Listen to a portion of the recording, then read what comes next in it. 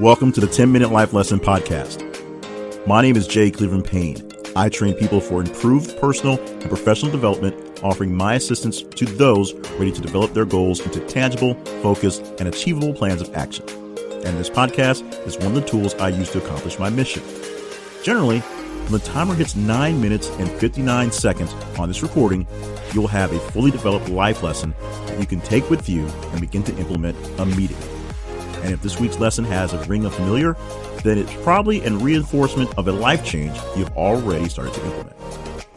This podcast falls under the umbrella of my greater personal development efforts, all under the Your Better You brand.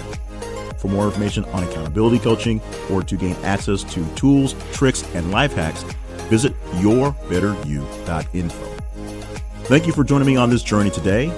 Now, here is this week's life lesson. Time is a very popular topic within personal development. It's an easy topic to cover because the fixes for your time problems should be easy. There's a checklist. There's a listing of stuff. There's a listicle of ideas. There's one big massive thing you can do to change whatever's going on. Time is a problem that can be easily solved. And if you don't come up with the easy solution to your time problems, there's always the easy fix for you that causes problems for the rest of the world.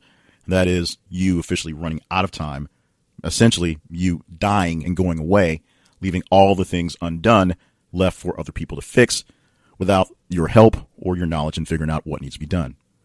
So time is an issue that really must be addressed as soon as you get to the understanding that you have an issue with time. And time issues are varied. Some people have too much time on their hands. Some people don't have enough time on their hands. Some people just don't know how to dole out their time in the proper order, and some people are too busy being handled by other people. They don't know they're not managing their time. Problem number one with time is to know what your problem is with time. Assume you have a time problem, because most of us have a time problem, even if it doesn't seem like that or we just refuse to address it. You may be a person who's used to going place to place to place to place. Everything seems to go well, until one thing falls out of place, then you realize your time management or whoever is managing you and your time is starting to fail you. Or the case I brought up about people having way too much time. That may seem like a luxury that you would love to have, but people with way too much time find they're empty. Something's not being done. They may have way too much time because they were laid off from a job and now they're not earning money for their family. They may have lost a loved one, and now the time they spent with that person seems like an empty hole doing the things they once did. The routine may have just fallen out of sorts for whatever reason, and now they have this gaping hole with nothing to do in it, and idle time is bringing in the ideas of doing things that aren't so great. So your time issue can vary, and for some people it seems like a toss away, because saying they have too much time in some area, it seems like a crazy thing. People who are overworking and don't have enough time can just give something up. Sometimes it's not that easy. In fact, most times your time issue is not as easy to fix as other people would say it is.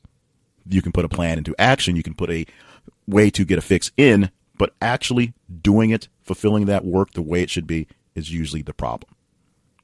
So first, you have to figure out what your time problem is. And second, figure out what an actual solution for your time problem would look like. Not what the solution is, but what having that time fix would do. If you're working way too many hours and your time fix would have you spending time with your family more, actually take a look at what spending time with your family more would be. Because you may find out that extra time you have with your family will lead you to learn you may not like your family very much. I have to say it that way. You may find that the time you're missing out with friends are time missing out with people that you really don't connect with. So you're fighting for extra time, which is a good thing, but you're fighting for extra time for reasons to be with people who don't fit your life or something's wrong. In most cases, if you're working too much and don't have enough time for friends and family, it's because you're losing touch with those friends and family, and you want to keep in touch because it's important. Maybe something's going really wrong and you need to be there for that person. So you have to really know what the fix looks like. Maybe your problem with not enough time is an issue of what it is going to fill that time with. Your not enough time issue could be going to the gym or going back to school or picking up a second job or doing more around the house for yourself. just doing a hobby, spending more time with that family you're not spending with, maybe. First, you have to figure out what your time problem is. Second, figure out what your solution would look like and actually live in that in your head for a bit and make sure that's exactly where you want to go. Then you work backwards, or you work towards the middle technically, seeing where your solution is, where you would be, and where you are now, and how to meld the two together. Essentially digging a tunnel from your busy life to your not so busy life, or vice versa, and coming in the middle and seeing where that is. After you've figured out what the middle is, then you figure out what step that was to get halfway to the middle was. Then you get to the middle. Then you look at what that step was between that half there and move closer to the end.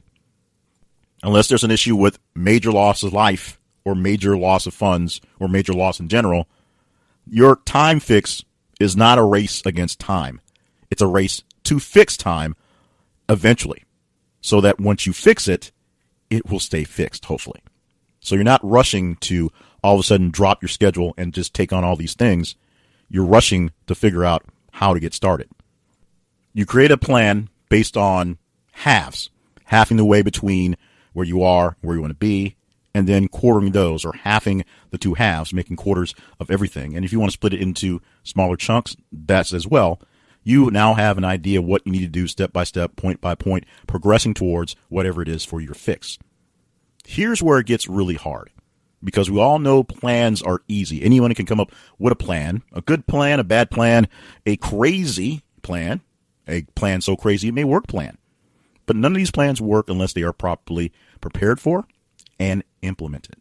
And to implement these plans, you will find all the things that are in your life that are keeping you from getting that time fix you already know you need are still going to be there, and they need to be fixed. And you can't fix them alone.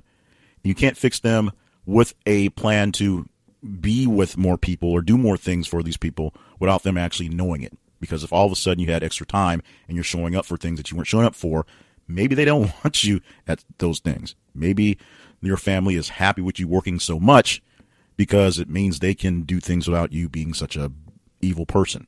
And if you just all of a sudden, bam, had free time, you are now in someone's business. So you need to have two separate conversations with the two separate types of people you have to deal with to fix your time.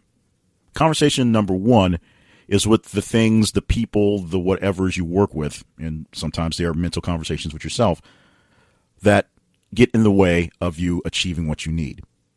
If you're working too much, you need to talk to your coworkers, your supervisors, your bosses, your clients, your people, your vendors, your people that are in your work queue, to allow them to realize you're making a shift. You're not jumping away from working for them. You're not giving them any less, but you are shifting priorities so that you can maintain some level of hopefully sanity and definitely taking up more time for yourself to make sure you are on tip-top conditions so you can give them the best.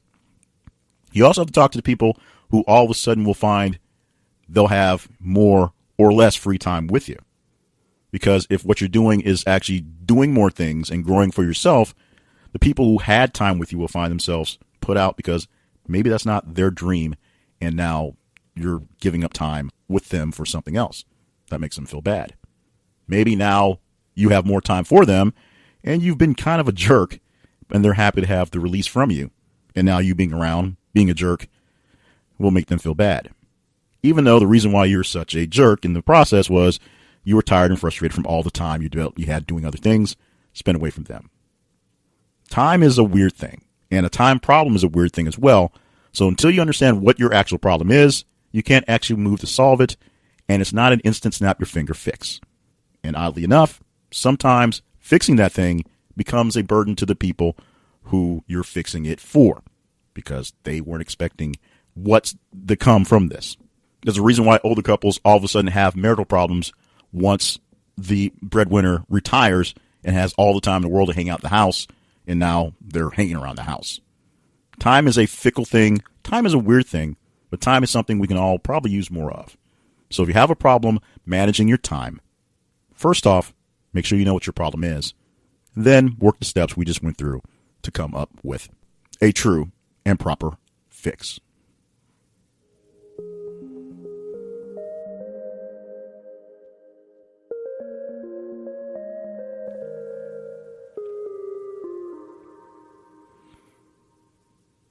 Thank you for listening to the podcast. We are just getting our sea legs underneath us for the new ride we have going on. And we thank you for putting up with some of the craziness that was the wrapping up ending of the original 10-Minute Life Coach podcast, even though it wasn't so much planned, but it was some craziness going into the end, and for putting up with the 11-episode buffer that wasn't really meant to be a buffer, wasn't meant to bring this thing back, but it was, and a lot of people gave us plenty of great feedback on it, and a lot of people were just like, when are you getting back to 10 minutes, because this is getting too long. So now we're back to 10 minutes. We're a few weeks back into the whole process. We thank you so much for being patient with what's going on with us. And as always, saying thank you overly for being with us and being here for what we have and sticking with what's going on. I know I said that twice, but I can't thank you enough at this point. We're still figuring out how things are going to go progressing, but as we've been saying, all personal development stuff through me is working through a different brand name, if you will, at yourbetteryou.info. Check out the website. All the things you need to know are there. Information on getting coaching is there still. Information on the other podcasts from there, named from the website. Steps to Your Better You, which is even quicker than this one, 90 seconds, and it's over. And all other grand things coming from that project, that life, that home of work is at yourbetteryou.info. All my personal development is working through yourbetteryou.info because I'm working to help you become a better you. See how that works? Check it out there. Check out my main website, jclevelandpayne.net, for other projects that are not quite or semi-related. Still a lot of things going on in the crazy world and inside my head. And email to jclevelandpayne@gmail.com. We're going to work on a centralized email again very soon. Right now, decentralizing everything to re-centralize, it can be a bit of a struggle. Business people understand. That's what we have for this week. Thank you so much for joining us. Take the lesson to heart today. Go work on something that's going to fix whatever your time issue is. And be back next time. Hopefully you subscribe so you don't miss out a single episode of this podcast. Of course, it's now called the 10-Minute Life Lessons Podcast.